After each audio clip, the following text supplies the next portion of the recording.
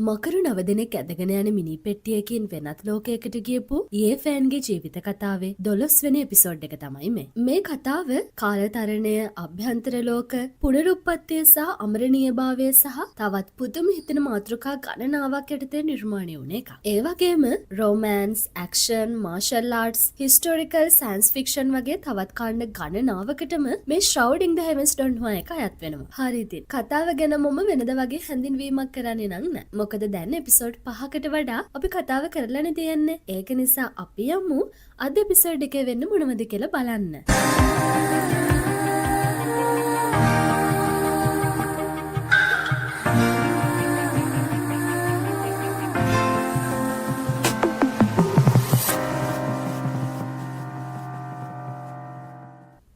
කලින් එපිසෝඩ් එකේ වුණ ෆයිට් එකෙන් පස්සේ අද එපිසෝඩ් එකේදී මේ නිකායේ අය ඒ ෆෑන්ලා දිහා බලන්න ගොඩක් අමුතු විදියට. මොකද මෙයාලා නිකායේ hän ෆෙයෝ එක්කනේ ප්‍රශ්නයක් ඇති කරගත්තේ. අනිත් එක නිකායේ නායකතුමා ඒ ෆෑන්ලා නිසා hän ෆෙයෝ සහ අනිත් ගෝලයන්ට බැන්නනේ. මේ වගේ දෙයක් වෙනවා කියන්නේ මේ ආත්ම නටබුන් පාරාදීසිය ගොඩක්ම දුර්ලභ දෙයක්. hän ෆෙයෝගේ මාමා මේ නිකායේ ගොඩක් වැදගත් වැඩිහිටියෙක්. ඒක නිසා නිකාය අය මේ hän ෆෙයෝ එක්ක ප්‍රශ්න ඇති කරගන්නේ නෑ. එහෙම ඇති වුණත් වැඩිහිටිය අය ගන්න ෆෙයෝගේ පැත්ත. හැබැයි කලින් එපිසෝඩ් එකේදී වුණ ප්‍රශ්නේදී ෆෙයෝගේ පැත්ත නිකායේ නායකතුමා ගත්තේ නැති නිසා තමයි දැන් නිකායේ ගෝලයෝ ගොඩක් අමුතු විදියට මෙයාලා දිහා බලන්නේ. ඉතින් නිකාය ඇතුලේ අමුතු වාතාවරණයක් මේ විදියට හැදුනට යේ ෆෑලා නම් ඒක ගණන් ගන්නේ නැතුව එයාලගේ භාවනා වැඩවල නිරත වෙලා දිග්ගටම Tamanගේ පුහුණු වීම කරගෙන යනවා. හැබැයි එක පාරටම පැන්බෝගේ බඩ රිදෙන්න ගන්නවා. ඒත් ඒ ඇයි? යාළුවනේ පැන්බෝ එයාගේ බඩ අල්ලගෙන කෑ ගහනකොටම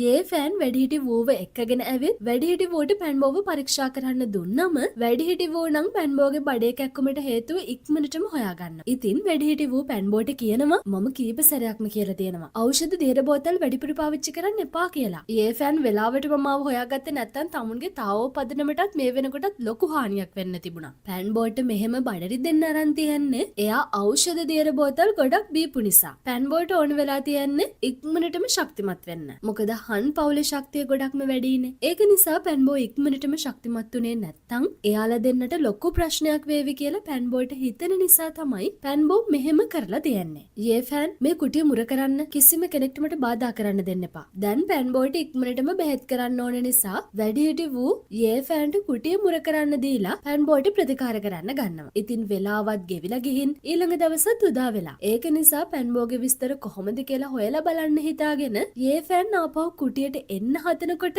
කුටිය දොර ළඟදී යේ ෆෑන්ට ඇහෙනවා ඇතුලේ වැඩිහිටි වූ පැන්බෝට කියන දේවල්. මන් දන්නවා ඔයාලගේ යාළුකම ගැන. ඒත් හැම දෙයකටම ක්‍රමයක් තියෙනවා. අනිත් එක ඔයාගේ හැකියාව එක්ක ඔයාට හොඳ අනාගතයක් තියෙනවා. ඒක නිසා හිතුමතේට වැඩ කරලා ශක්තිමත් වෙන්න හදන්න එපා. අනිත් එක ශාන්ත භෞතික ශරීරයකට ඕන කරන සම්පත් ප්‍රමාණය අපේ වගේ නිකායකට දරන්න පුළුවන් දෙයක් නෙවෙයි. ඒක එයාට තනියම විසඳ ගන්න වෙන ප්‍රශ්නයක්. ඉතින් වැඩිහිටි වූ පැන්බෝ එක කතා කරන දේ ඇහුනම යේ ෆෑන් වෙනත් තැනකට ගිහින් තනියම ඉඳගෙන කල්පනා කරනවා. මොකද නිකායේ කිසිම කෙනෙක් පැන්බෝව ඉලක්ක කරන්නේ නැහැ. පැන්බෝ කියන්නේ අනාගතයේදී නිකායේ නායක තනතුර වෙනුවෙන් තෝරගෙන පුහුණු කරන කෙනෙක්. ඒක නිසා කිසිම කෙනෙක් මෙයා එක්ක ප්‍රශ්න ඇති කරගන්නේ නැහනේ. ඒත් වැඩිහිටි හන්දන්නම යේ ෆෑන් ආධ්‍යාත්මික වගාමාවතේ ඉස්සරහට යන්න බැරි වැඩකට නැති ශරීරයක් තියෙන කෙනෙක් කියලා. ඒක නිසානේ මෙයා යේ ෆෑන්ව ටාගට් කරන්නේ. ඉතින් යාළුවනේ යේ ෆෑන් තව දුරටත් මේ නිකායේ ඉන්නවා කියන්නේ පැන්බෝත් ඒ ෆෑන්ගේ ප්‍රශ්න වලට පැටලෙනවා කියන එකනේ. ඒක නිසා ඒ ෆෑන් හිතනවා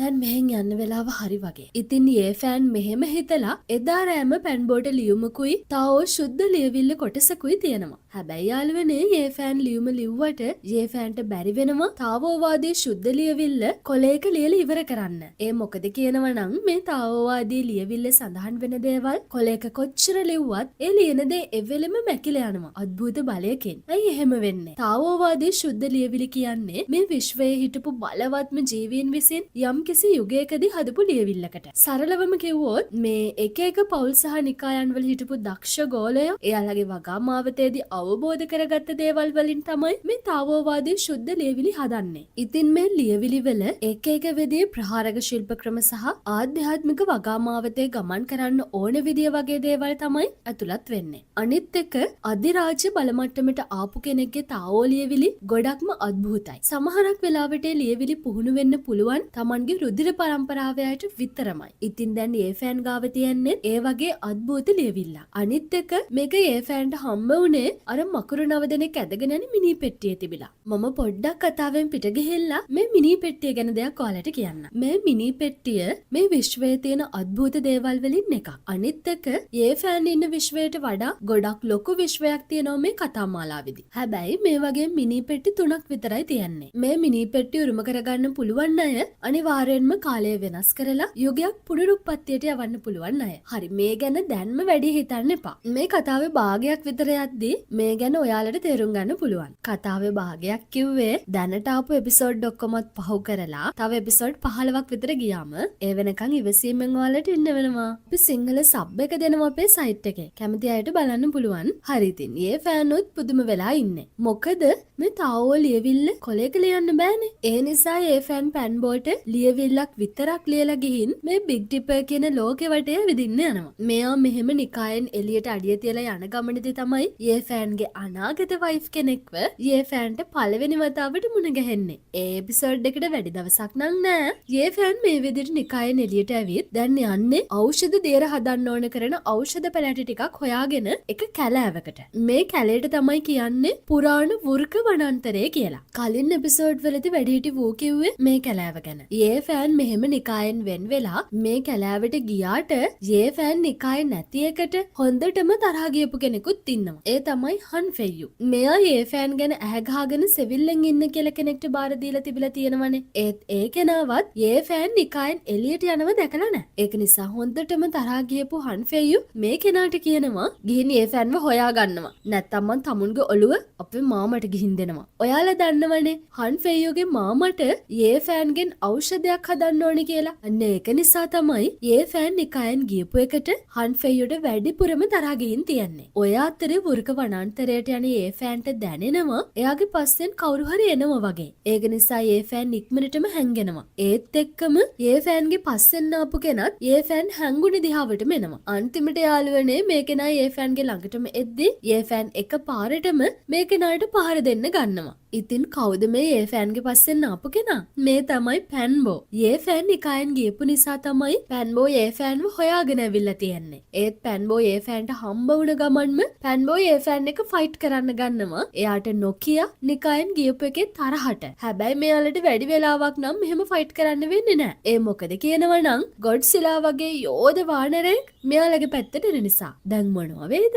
වාසනාවකට වගේ මේ ලොකු ගෝරිල්ලා එන්නේ ඒ ෆෑන්ලව අල්ලගන්න නෙවෙයි. මේ ගෝරිල්ලා අකුණු බලය තියෙන කුරුල්ලෙක් එක්ක ලොකු සටනක් කරන ගමන් තමයි මෙයාලගේ පැත්තට එන්නේ. හැබැයි මේ ගෝරිල්ලා එක්ක හැප්පෙන එක නම් මේ කුරුල්ලට ලේසි පහසු දෙයක් නෙවෙයි වගේ. මොකද මේ මුර්ගයෝ දෙන්නගේ ෆයිට් එකේදී වැඩි වාසිය තියන්නේ මේ ගෝරිල්ලා වගේ යෝධ මුර්ගයාට. මේ මුර්ගයන්ගේ ෆයිට් එක මෙහෙම වෙන අතරේදී ඒ ෆෑන්ලා මේ මුර්ගයෝ දෙන්නගෙන් බේරෙන්න හිතාගෙන වෙනත් පැත්තකට පණ කඩාගෙන දුවනවා. හැබැයි කබලෙන් ලිප්පට වැටුණ වගේ දෙයක් තමයි මෙයාලට දැන් වෙන්නේ. මොකද ලොකු මුර්ග රංචුවක් මෙයාලගේ පැත්තට වේගයෙන් එන නිසා. ඉතින් මේ ෆෑන්ලට වෙන්නේ ආපු පැත්තටම දුවන්න. හැබැයි යාළුවනේ මෙයාලා කොච්චර හයියෙන් දිව්වත් මෙයාලා මේ මුර්ග රංචුවට අහු වෙනවා. ඔයාලම හිතන්නකෝ ඩයිනෝසර්ස්ලාගේ සයිස් එකේ සත්තු ටිකක් මැද්දෙන් දුවන්න වෙන එක මොන වගේ දෙයක්ද කියලා. මේ දෙන්න මේ මුර්ගයන්ගේ කකුල් වලට පොඩි වෙන්නේ නැතුව බේරෙන්නේ නූලෙන්. අන්තිමට මේ දෙන්න කොහොම හරි මේ මුර්ග රංචුවෙන් බේරිලා දුවනම වෙන පැත්තකට. හැබැයි ඉතින් කබලෙන් ලිපට වැටිලා ලිපෙනොත් බිමට වැටෙනවා වගේ දෙයක් තමයි මෙතනදි මෙයාලට වෙන්නේ. මොකද මේ දෙන්න ගිහින් නැවතෙන්නේ නිදාගෙන ඉන්න යෝධ සර්පෙක් ගාව. අනිත් එක මේ වෙලාවෙදිම මෙයාලට අමුතු බෙරසද්දකුත් ඇහෙනවා. මේ බෙරසද්දට කෙනෙක්ගේ හදවත පැලෙනවා වගේ හැඟීමක් තමයි එන්නේ. ඒත් ඒ ෆෑන් හොයාගන්නවා මේ බෙරසද්ද බලපෑම තාවෝ ලියවිල්ලක් සිහිපත් කරනකොට නැති වෙලා යනවා කියලා. ඒක නිසා ඒ ෆෑන් ඉක්මනටම පැන්බෝට කියනවා තාවෝ ලියවිලි වල තියෙන දේවල් ගැන හිතන්න කියලා. ඉතින් මේ දෙන්න තාවෝ ලියවිලි ගැන හිතලා ඉවර වුණා විතරයි අර යෝධ සර්පයා ඇහැරෙනවා. මේ සර්පයාගේ එක ඇහැක සයිස් එක විතරක් ඒ ෆෑන්ලට වඩා ලොකුයි. ඉතින් හිතන්නකෝ මේ මුර්ගයාගේ සයිස් එක කොහොම ඇතිද කියලා. ඔන්න ඉතින් ආපහු මේ ඩබලට වෙන්නේ එයාලගේ මැරතන් එක පටන් ගන්න. මේ දෙන්න ඉතින් කැලේ තියෙන ගස් අස්සෙන් ගල් පර්වත අස්සෙන් දුවනම මේ සර්පයාගෙන් බේරෙන්න හිතාගෙන. ඒත් මේ යෝධ සර්පයාට නම් මේ කැලේ මැද තියෙන ගස් ගල් කියන්නේ නිකන් තනකොළ වැලියට වගේද කොහෙද? මොකද මේ බීස්ට් මේ ඔක්කොම දේවල් පොඩි කරගෙන තමයි ඒ ෆෑන්ලගේ පස්සෙන් එන්නේ. කොහොමෙන් කොහොම හරි අන්තිමට ඒ ෆෑන්ලා ලොකු ගල් පර්වතයක් යට හැංගෙනවා. මේ යෝධ සර්පයාගෙන් බේරෙන්න හිතාගෙන. ඒත් මෙයාලගේ වාසනාව අද බිඳුවයිනේ. ඒක නිසා මේ යෝධ සර්පයාත් නවතින්නේ මේ ඒ ෆෑන්ලා ඉන්න ගල් පර්වතයේ උඩමයි. මේ බීස්ට් මේ ගල් පර්වතයේ උඩට වෙලා මුළු කැලෑව දිහාම බලනවා ඒ ෆෑන්ලව හොයාගන්න. ඒ විතරක් නෙවෙයි මේ බීස්ට්ගේ කෙල නිකන් ඇසිඩ් වගේ. මේ කෙල බේරිලා ගල් පර්වතයේ ළඟ ඉන්න ඒ ෆෑන්ලගේ දිහාවටම ගලාගෙන එනවා. ඉතින් දැන් මොනව වෙයිද? ඒ ෆෑන්ලා කොහොමද මේ බීස්ට්ගෙන් බේරෙන්නේ? ඒක බලන්න නම් අපිට ඊළඟ එපිසෝඩ් රිවිව් එක එනකන් ඉන්නම වෙනවා. එහෙනම් අපි ඊළඟ එපිසෝඩ් රිවිව් එකෙන් හම්බ වෙමු. ඔයාලා හැමෝටම සුබ දවසක්.